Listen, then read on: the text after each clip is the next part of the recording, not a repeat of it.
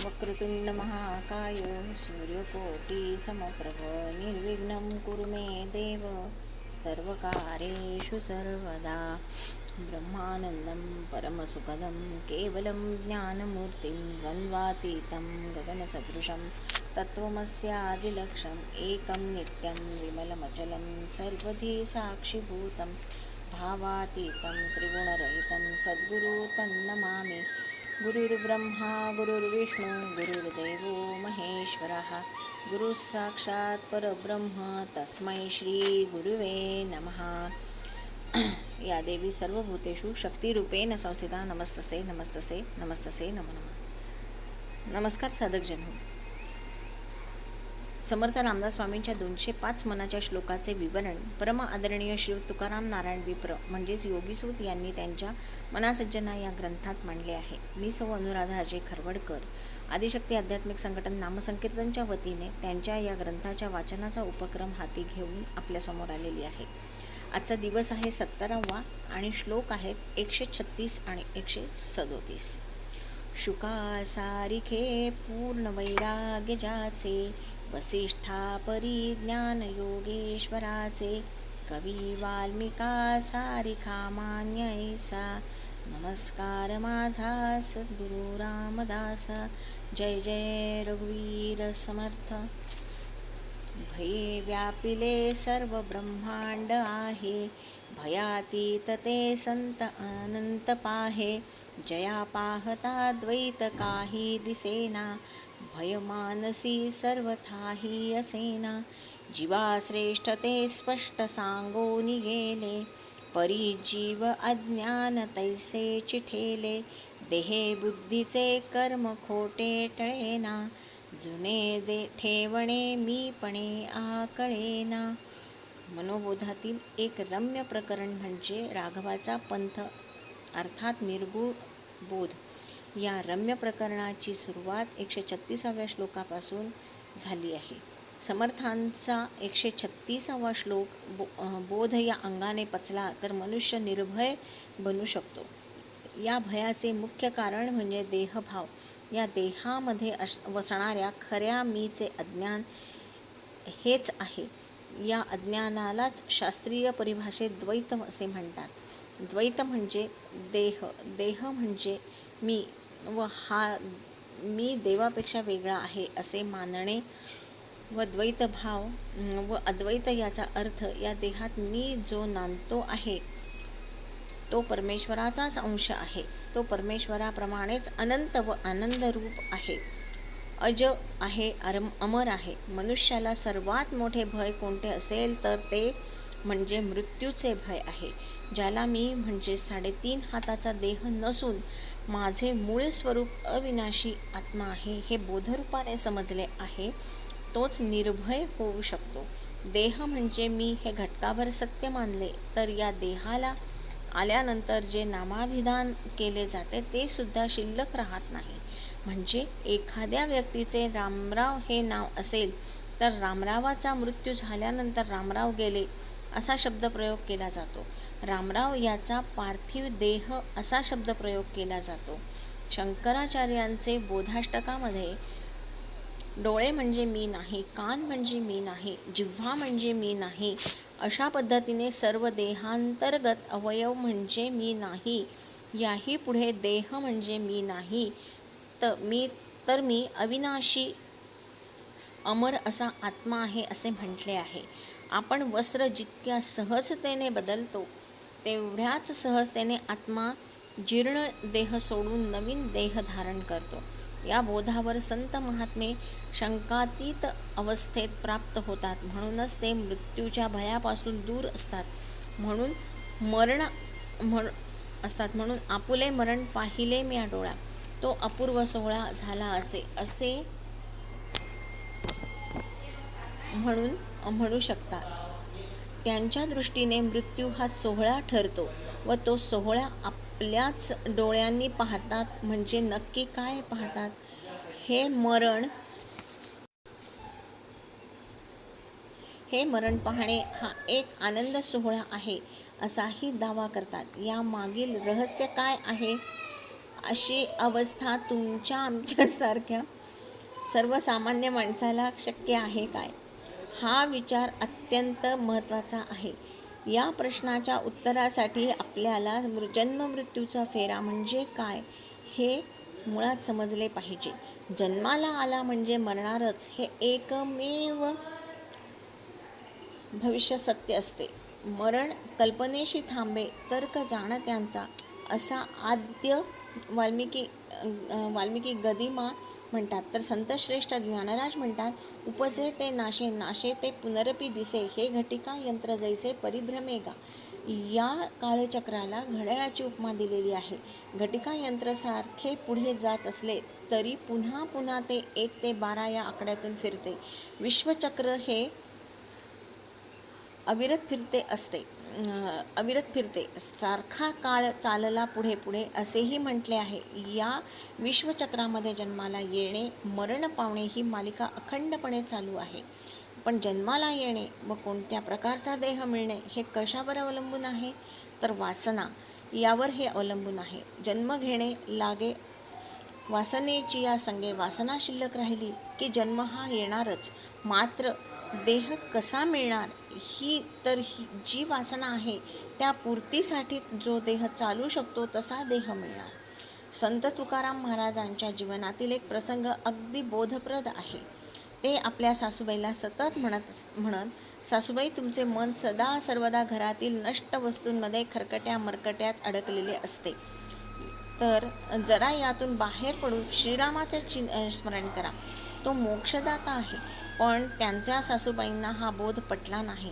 जशी वासना तसा मृत्यूनंतर त्यांना गाढविणीचा जन्म मिळाला व त्या तुकाराम महाराजांच्या उकिरड्यावर आल्या.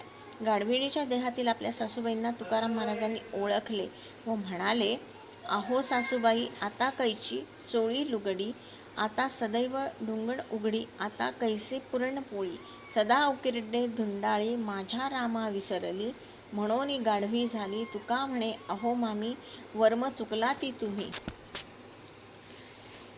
तर संतांच्या लेखी मुख्य वर्म काय? तर श्रीरामाला म्हणजे भगवंताला न विसरणे, सर्व वासनांचा, सर्व आशा आकांक्षांचा लय एका भगवंत प्राप्तीच्या वासनेमध्ये परमेश्वराच्या अनुभूती घेणे म्हणजेच आपले मरण पाहिले म्या डोळा हा सोहळा संतांनी मानला. व ही गोष्ट सर्वांनाच शक्य आहे, पण तशी तयारी नसते. ही अडचण आहे. सुईचाही त्याग करताना आपल्याला आतून वाईट वाटते व सर्वसंग परित्याग असे मोठे मोठे शब्द वापरतो व संतांना केवळ सर्वसंग परित्याग याही पुढे जाऊन देहभावनेचा त्याग अपेक्षित आहे. व अशी अवस्था प्राप्त झाल्यानंतर संतांच्या मुखातून उद्गार बाहेर पडतात. ते म्हणजे, आता उरलो उपकारा पुरता. तुकोबांच्या या वचनाचा आधार घेऊन कामचुकार सिनियर मंडळी म्हणतात, आत्तापर्यंत आम्ही खूप काम केले, आता उरलो पगारापुरता असो. मूळ श्लोकाकडे वळताना समर्थ म्हणतात, हे संपूर्ण ब्रह्मांड भयाने व्यापले आहे, फक्त संत सोडून. राजा भृतहरीने निर्भय कोण व भय कोणाला याची व्याख्या केली आहे. भोगे रोग भयम म्हणजे भोग घेताना आनंद वाटतो व रोगाचे भय आहे. कुले च्युती भयम सत्कुळाचा अभिमान वाटतो पण कुलभ्रष्ट होण्याची भीती असते. वित्ते नृपाल भयम संपत्ती असण्यात आनंद आहे पण राजाचे इन्कम टॅक्सचे भय आहेच. माने दैन्य बलम मानाने जगताना दैन्य येईल हे भय सतावते. बले रिपू भयम बलवान असला तरी शत्रूचे भय असते. रूपे तारुण्य भयम रूप व तरुण असला तरी वृद्धत्वाचे भय आहे.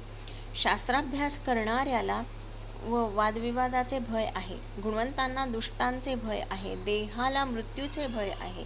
या सर्व गोष्टी भयावह आहेतच. जो विरक्त आहे तो ज्याने विष्णुपदाचा आश्रय घेतला आहे तो निर्भय आहे असे भृतहरी म्हणतात. राष्ट्रीय संत त्याही पुढे जाऊन देवालाही भय आहे असे म्हणतात. ते म्हणतात, मनी नाही भाव देवा मला पाव, देव अशा न पावायचा नाही रे. देव बाजारचा भाजीपाला नाही रे.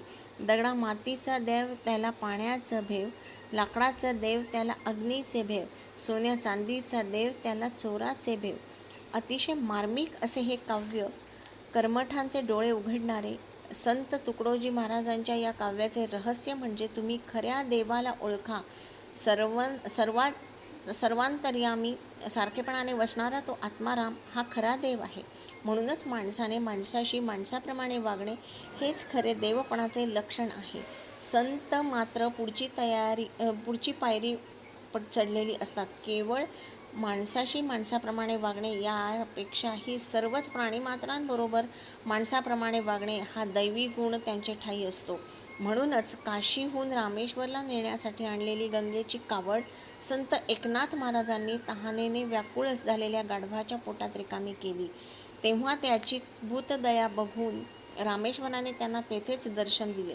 तुकाराम महाराजांच्या बायकोला नेसण्यासाठी एकच चांगली साडी होती, फाटकी जीर्ण साडी. स्नान करताना वापरत. त्यांनी स्नानासाठी आडोसा केलेल्या भिंतीवर चांगली साडी ठेवून फाटकी साडी नेसून स्नान करीत असताना तुकाराम महाराजांना थंडीने कुडकुडणाऱ्या एका वृद्धेने साडी मागितली. तेव्हा तुकाराम महाराजांनी मागचा पुढचा विचार न करता बायकोची एकमेव साडी भिंतीवर असलेली घेऊन जाण्यास सांगितले. फाटक्या ओल्या साडीवरच त्या घरात गेल्या. तुकाराम बुवा भजन करीत भंडारा डोंगरावर गेले व त्याच वेळी गावातील सावकार निमंत्रण पत्रिका घेऊन अक्षता घेऊन आले. आवलीने तुकोबांना शिव्यांची लाखोली वाहिली व पांडुरंगांनी त्यांना असे भरजरी वस्त्र पुरविले की निमंत्रण देण्यासाठी आलेल्या सावकाराच्या डोळ्यात वस्त्राचे तेज साठवता आले नाही. तुकाराम बुवा गर्भश्रीमंत आहेत, उगीच वरवर दैन्य दाखवतात अशी प्रतिक्रिया व्यक्त करीत लोक निघून गेले. लक्ष्मीचा पतीच त्यांनी म्हणजे तुकोबांनी आपलासा करून घेतला होता. म्हणूनच ते सदैव आनंदी व आत्मानंदी रंगलेले असत. समर्थ रामदास पुढील श्लोकात म्हणतात की जीवाच्या कल्याणाच्या सर्व बाबी संत सांगून गेले. निरंतर व चिरंतन अशा वाङ्मयाची निर्मिती करून ते अजरामर झाले. ज्ञानेश्वर महाराज आज नसले तरी त्यांची ज्ञानेश्वरी अमृतानुभव या माध्यमातून ते आपल्याशी बोलतातच ना. समर्थ रामदास दासबोध मनाचे श्लोक या माध्यमातून आपल्याशी संवाद साधतात. तर तुकोबांचे अभंग ऐकताना अगदी जवळच कुणीतरी आपल्या हितासाठी बोलवत आहे व आपण ऐकत आहोत असा भास होतो. सर्व संतांनी जगाच्या कल्याणासाठी हातचे काहीही राखून न ठेवता जसे ट्रेड सिक्रेट असते तसे काही सिक्रेट न ठेवता अगदी जो गुरुमंत्र जो गुप्त असावा अशी अपेक्षा आहे असा गुरुमंत्र रामकृष्ण हरी हा उघड मंत्र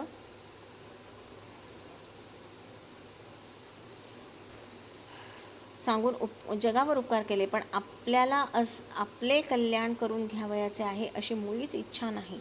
इच्छा होईल तेव्हा संत साहित्याकडे आपली पावले आपोआप वळतील. पण ज्ञानेश्वर तुकारामांच्या काळातही अज्ञानी जड जीव होते, आजही आहेत, उद्याही असणार आहेत. आहार, भय, निद्रा, विषय लोलुपता व सुखासीनता, पैसा म्हणजे जीवन असे जगण्याचे सूत्र होऊन गेले आहे. विश्वनिर्मितीसारखे रहस्य उलगडण्याचा शास्त्रज्ञांचा प्रयत्न चालू आहे. यश मिळणारच असाही दावा आहे. अंतराळाचे आकलन होत असताना अंतःकरण दुरावत आहे. माणुसकी संपत आहे. क्रूर बॉम्बस्फोट घडवून आणून मनुष्यहानी, वित्तहानी, ज्या विज्ञानाने सुख भरभरून दिले तेच विज्ञान विश्वसंहाराची गोष्ट करीत आहे. म्हणून भय संपण्याऐवजी वाढतच चालले आहे. संत विचार, संत साहित्यच मने जोडण्याचे, माणसाला निर्भय करण्याचे काम करू शकते. भिवू नको, मी तुझ्या पाठीशी आहे असे आश्वासक वचन जेव्हा दिलासा देते तेव्हाच मनुष्य निर्भय होतो. मागतो तो माणूस ही व्याख्या स्वीकारली तर आपले मागणे संपणारच नाही, असे होणार नाही. म्हणून संतांनी परमेश्वराकडे भक्ती मागावी व हे रहस्य सांगितले. तुम्ही भक्त झाला, ईश्वरी सत्ता वारसा हक्काने प्राप्त होते. मग मात्र भीती नावाचा शब्द शिल्लक राहत नाही. उरतो तो आनंद जो सर्वांनाच हवा आहे, अशा आनंदासाठीच समर्थांना शरण जाऊया. हरिओम श्रीराम.